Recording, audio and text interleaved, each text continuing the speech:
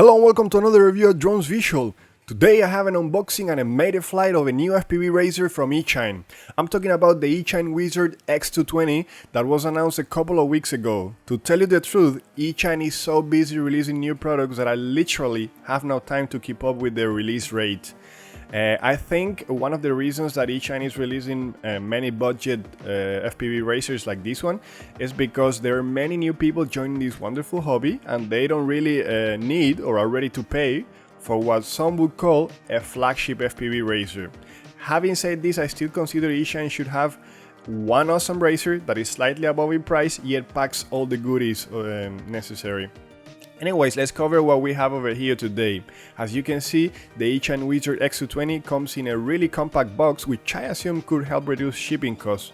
When I initially saw the box, I thought only the razor was inside, but to my surprise, there was not only space for the razor, but also for the transmitter, balance charger, and other components, which is really awesome, I think. So what I will do today is take a look inside the box, take a look at the FPV razor, and do a little bit of flying. Let me show you real quick how the components are arranged inside the box. As you can see, the box is divided in two parts. On the upper section, you're greeted by the transmitter. Then, if you remove the upper foam and you remove the transmitter, it will give you access to the FPV razor itself. The FPV razor is packed without the props. These come in a separate box. As you can see, you have heaps of props with the Wizard X220. And as I mentioned a moment ago, these props come in a separate box, so there was not enough space for the props inside the box. These are 5-inch props and the quality seems rather decent, although they're slightly thinner than the bullnose props that Echine offers with many other FPV razors. Despite the fact that they're thinner, they still feel resistant and the finishing quality seems alright. And the next thing we have is the balance charger. This is a standard balance charger that comes with most quads from Echine and other companies for that matter. And it's equipped with two balance ports for 2S and 3S batteries and a connector for the power supply cable. Of course, you also get the power supply cable included with the razor. To power this razor, we have a 1500 mAh 3S battery. Echine is sticking to offering 3S batteries, I guess to reduce cost. And this battery is slightly lighter than previous versions. If we take a look here at my scale, it's almost showing 116 grams, and this is a previous battery from Echine, and you can see it's a couple of grams heavier than this one. Now, for those of you that might not have seen a balance charger before, let me show you real quick how to connect the battery and charge it. You just plug it into the 3S ports, and as soon as you connect the power cable, the LEDs will turn red, and once they go green, basically the charging process has concluded. And no surprise, Echine has opted for a fly sky transmitter. This has become a classic choice for budget FPV razors and other quads in the market.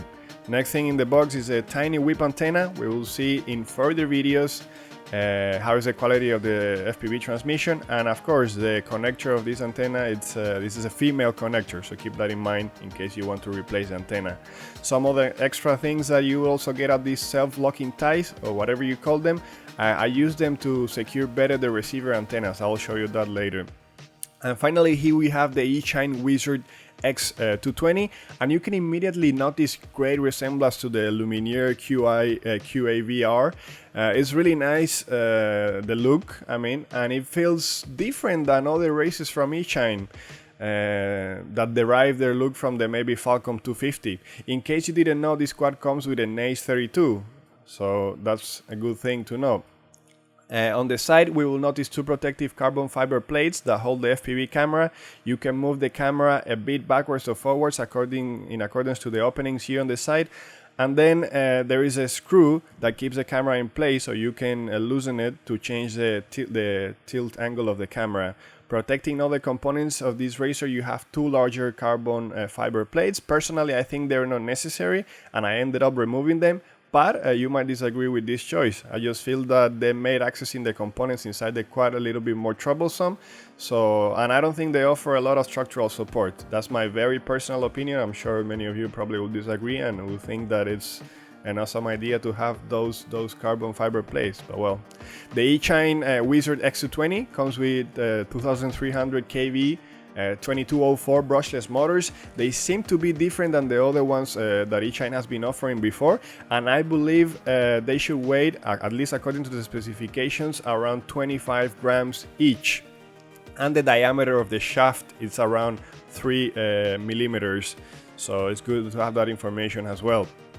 Then to power and control the motors, we get Echine 20 amps BL Heli ESCs, which can take up to 4S batteries, and I guess many of you will be happy with this ESC choice by Echine, so that's good news, I guess, you know, for many of you. Something that is also worth mentioning is the fact that the motors of the Eachine Wizard X220 come with this resistant protective plastic shield or cover. You can see here from the side. I mean, they can save your motor from an encounter with a rock or something like that. At the bottom of each arm we can see the LED lights attached to right under the motors, and then if we continue checking the arms, we will notice a black sponge that acts as a landing gear. I'm much happier with this sponge than with the carbon fiber mini landing gear that Echine has been using before. To fly FPV, we have a camera here in the front, and according to the spec, this is a 700 TVL CMOS camera with a 127 degrees field of view and weighs around 27 grams.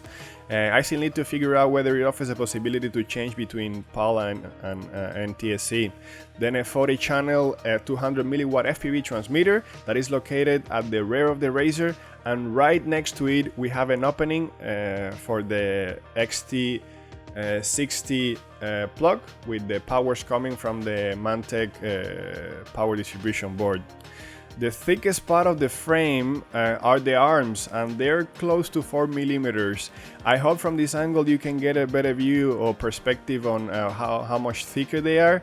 They also have this violet color that seems to be the color of the Wizard, and I guess something magical about violet. Here under you can see the arms and how they're attached to the body, a very clever design that is derived from other frames like the QA VR, and I really like that it allows me a sort of a quick replacement in case of damage, although of course, I mean, this design also has some weaknesses, so there's nothing really perfect about it. And here you can now take a look at the actual dimensions of the Razor, or at least approximately. You can maybe you know, use the Echine pick and plug foam to make a case for it, or some protective enclosure. And here on the top we have this sort of a strap that feels much better in terms of quality than the other ones Echine has been generally offering. Something that was a little bit surprising to me is that in this sample the only thing holding the receiver was this sort of strap here. I later used some of the included self-locking ties and some rubbery sticky pads to secure the receiver better, because it was really loose inside there. As you saw before, the red of the frame has a couple of openings for the power cables that go all the way to the power distribution board, and another opening for the FPV transmitter that I had to secure better as well with some sticky pad and some self-locking ties, as it was rather loose to my liking. Echine has learned from previous mistakes, and now we get an accessible USB port here on the side, although in my case I removed the carbon fiber plates that you can see there completely. But still, if you don't want to do that, you still can access the USB port easily. Adjusting the tilt of the camera is really easy. Just use a couple of tiny screwdrivers and move the camera to the desired position or angle. Once you have done that, just make sure to tighten a little bit the screws so it doesn't change position when you accelerate, or after an impact or something like that. Using my very tiny scale, I checked the weight and it seems to be 332 grams, but please don't take this for granted. I wanted to get a larger scale so I can properly place this Razor on it. So take this measurement with a grain of salt. Right before we go outside and fly, let me show you real quick how the components are arranged inside the frame of the Wizard. There are 6 screws that need to be removed in order for you to be able to access the inner components. Before you remove the plate, please notice that you need to disconnect the FPV transmitter. And also keep in mind that the straps on the plate, the straps that hold the battery, are also holding the receiver. So be careful and start lifting slowly, then proceed to disconnect the transmitter, and you could also remove the straps to make it easier as well. So keep that in mind when removing the upper plate. I was again surprised to see the way in which the transmitter was placed, the receiver, just being held by a strap, and the antennas all over, they're sort of like not fixed by anything. They're kind of like inside the quad, sort of loose. So I guess this is because it just is a test sample. This is a test sample, and I guess the final product will be different. The FPV transmitter has a channel selector on the bottom, and it might be kind of tricky to access this channel selector. I think the selector should have been accessible through the opening on the top of the upper carbon fiber plate. I guess they might want to take a look at that as well. As you can see, the receiver is connected via PPM, so the flight controller is communicated with the transmitter through one wire, so we don't have a bunch of wires like PWM connections. And here you can see the flight controller and the power distribution board at the bottom. This is a very simple racer, no OSD or large power distribution board. I like the simplicity, although of course OSD unit would be nice. Here you can see now that I have placed the stock battery on the quad, and you can see how it looks. I'm already thinking that I don't have much space to place Mobius, but let's see later. I think to secure this battery I probably will need some other strap, so I will place another strap before flying. Let's go ahead and place the FPV antenna to power the quad for a moment. Okay, here we're done, and once the antenna is on, we can go ahead and connect the battery. Just a quick test. You'll hear the funny sounds coming from the quad, and then you can power on your transmitter. To unlock the motors, you can press the yaw down and to the center for a couple of seconds, and the motors will start spinning. I think it would be better if the motors would not spin. I think that makes them a little bit more dangerous, but well, you can easily change that later. This is how the quad looks like once you turn off the lights. I find a little bit odd that the LEDs are green on one side and red on the other. I usually like to have my red LEDs on the back and some other color on the front. Not sure why this the reason for this arrangement, and I don't think I've seen it before. Let me show you a bit about the video quality of the camera in terms of details and how it handles brightness. Remember, this is a 700 TVL camera with a CMOS sensor. I mean, it's a low budget camera, but it still does a fine job.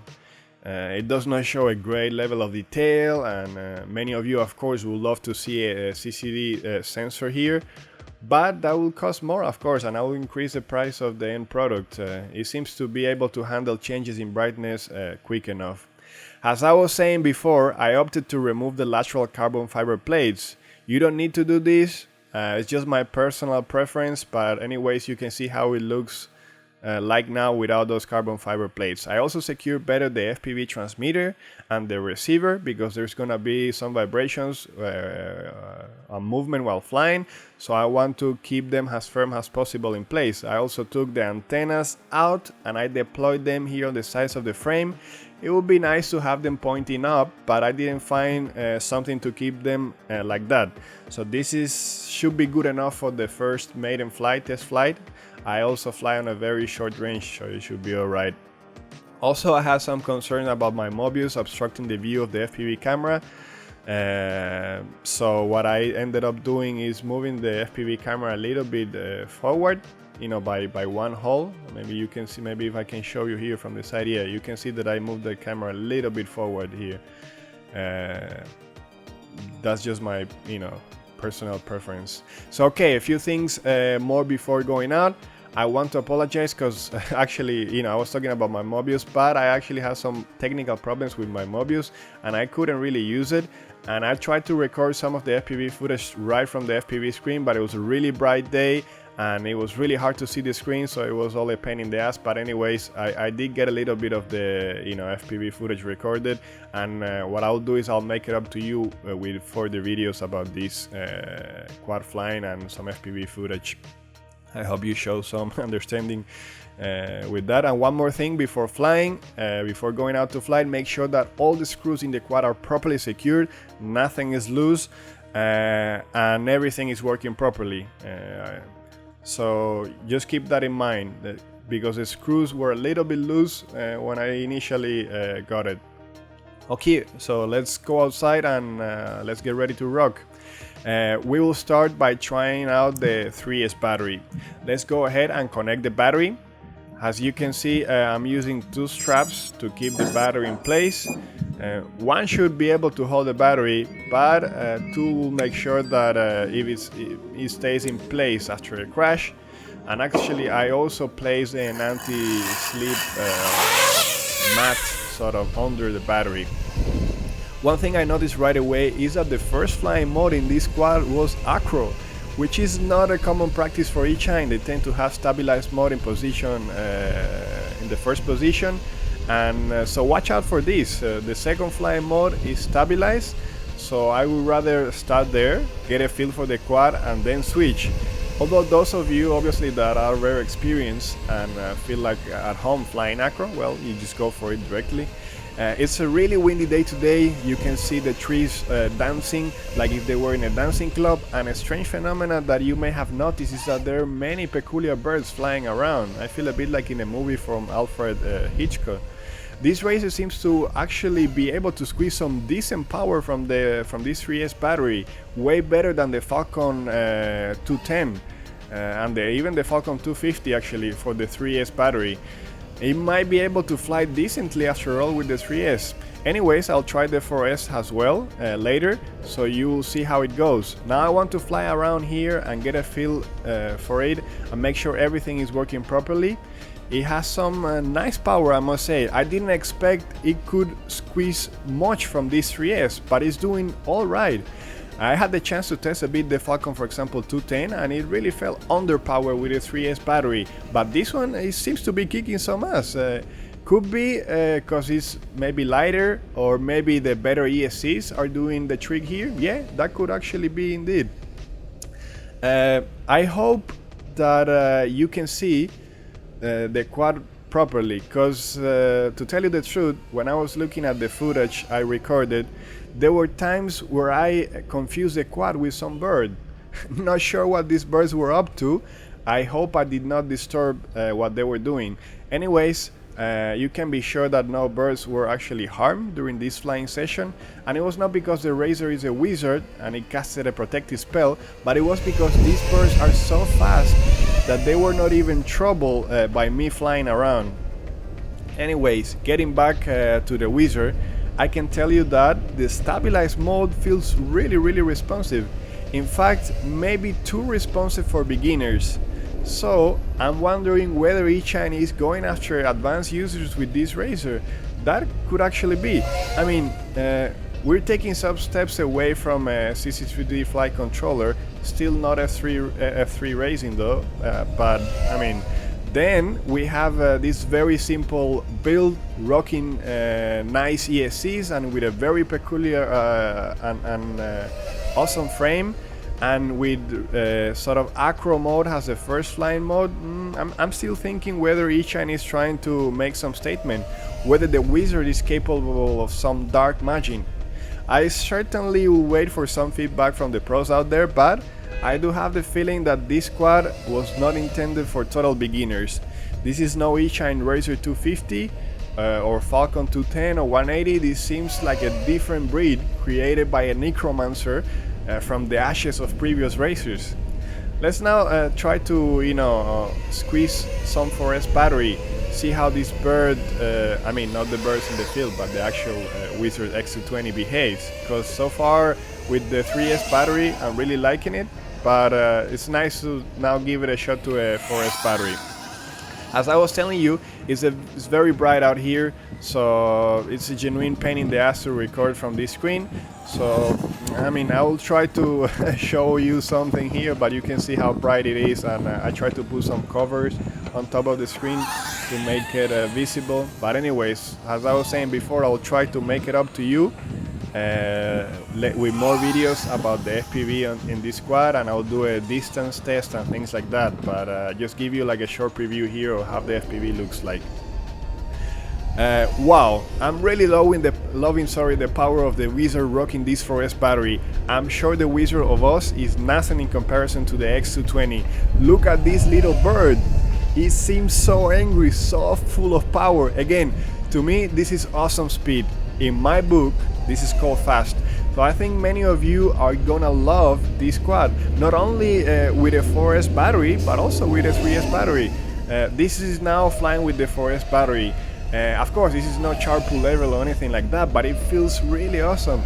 I'm really liking the speed, and I think I'm getting the necessary adrenaline dose for today. When the Wizard is flying at this speed, it's like it does not even feel the wind. We're witnessing some dark magic here. This is not Harry Potter, this is Lord Voldemort. So at least some Dark Lord, you know. When you get the Eachine Wizard X220, be ready to submerge yourself in some dark world where speed rules. Nah, but really, all jokes aside, I'm having a great time. This quad certainly can be polished way more. I'm sure lots of you will get it running on clean flight and tune it up to perfection. But even now, out of the box, it offers, in my humble opinion, some decent capabilities, not only in terms of speed, but it's also very responsive. At least it has been in the sort of stabilized mode. So, I mean, I'm just gonna go now over the things that I really like. I like the frame. I like the fact that Echine is stepping to new territories with the flight controllers like the Naze 32. Although I know many of you consider them obsolete already, there are obviously better options like the F3 Racing and so on, but still they're way better than the CC3D in many aspects. And in the future, I'm sure you'll see this racer with some F3 Racing being incorporated. The tiny 20 amps BL Hell ESCs are pretty awesome, as well as really light. And the motors in this quad seem to behave nicely. They have this really sort of quiet sound, you know, and I think, well, I mean, obviously it's a question of whether they will last. We'll see that later, but so far they're behaving decently. The frame is certainly a step forward for Echine as well, although the design might be obviously derived or, you know, cloned from all existing frames. Still, it's a good frame. Just those carbon fiber plates on the side, I think they're not needed, but I'll wait for some feedback from some of you out there, you know, that have more experience. Things that I didn't like so much were the fact that the receiver and the FPV transmitter were sort of like not properly secured. They were kind of loose inside the quad. The antennas of the receiver were also sort of loose inside the frame. I also think the receiver should be smaller, and personally I don't think the Razer, like I was saying, needs those carbon fiber plates on the side.